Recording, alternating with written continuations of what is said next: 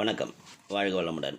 சிறுகதைகள் அதன் மூலம் நல்ல கருத்துக்களை உங்கள் குழந்தையின் மனசில் ஆணித்தரமாக ஊன்றுவதற்கு இப்போ ஒரு ஆணியை பற்றின கதை. ஒரு கோபக்கார சிறுவன் இருந்தான். அவனுக்கு கோபம் வந்தால் அவனால் அதை கட்டுப்படுத்த முடியாமல் ரொம்ப கத்துவான். அவனுடைய அப்பா அவனுக்கு ஒரு அறிவுரை சொன்னார். ஒவ்வொரு முறை நீ கோபப்படும் போதும் பின்னால் இருக்கும் காம்பவுண்ட் சுவரில் ஒரு ஆணியை எடுத்து அடி என்றார். அப்பா சொன்னதை அதன்படி சிறுவனும் செய்ய ஆரம்பித்தான்.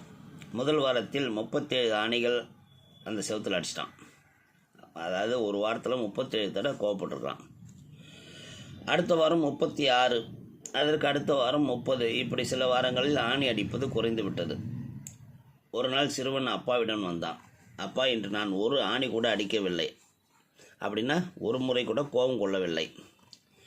Very good. இனிமேல் உனக்கு கோபம் வராதனாலெல்லாம் ஒவ்வொரு ஆணியாக பிடுங்கி எடுத்துவிடு என்று சொன்னார். முதல்ல கோபம் வந்தால் ஒவ்வொரு ஆணியாக அடிக்க சொன்னார்.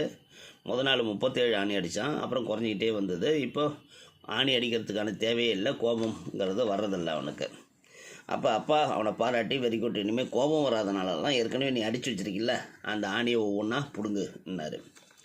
சிறுவனும் அப்படியே செய்ய ஆரம்பித்தான். ஒரு நாள் காம்பவுண்டில் இருந்து ஆணிகள் எல்லாம் பிடுங்கப்பட்டு விட்டன. ஏன்னா ரொம்ப நாள் கண்டினியூஸாக அவன் கோபமே இல்லாமல் இருக்கிறதுனால ஒவ்வொரு ஆணியாக ஒவ்வொரு நாள் பிடிக்கிட்டான். அதை தந்தையிடம் வந்து சொன்னான். அப்போ அந்த சிறுவனை அழைத்து கொண்டு அந்த தந்தையார் காம்பவுண்டு சுவருக்கு போனார். பின்பக்கம் இருக்கிற அந்த காம்பவுண்டு சுவருக்கு போயிட்டு அந்த சுவத்தை காமிக்கிறார்.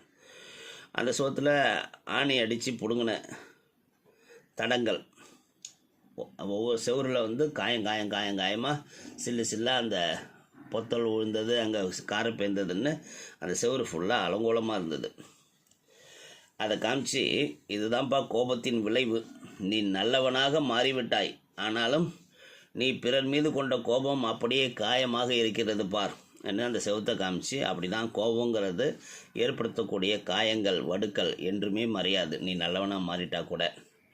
அதனால் கோபம்ங்கிறது வாழ்வில் ஏற்படுத்தும் காயங்கள் மிகப்பெரிய தாக்கத்தை கொடுக்கும். அதனால் கோபத்தை குறைத்து கொள்வோம். கோபம் இல்லாமல் இருப்பது எப்படி என்று சிந்தி கோபத்தை குறைப்பதற்கு பழக்கப்படுத்தி கொள்ள வேண்டும். அந்த கோபம் ஏன் வருதுன்னா நம்மளோட இயலாமையால் வருதுங்கிறத புரிஞ்சுக்கிட்டு அது சரி செய்து கொள்ளும் வித்தைகளையும் யுத்திகளையும் நீ கற்றுக்கொள்ள வேண்டும் என்று குழந்தைகளுக்கு எடுத்து சொல்லுங்கள். வாழ்க வளமுடன்.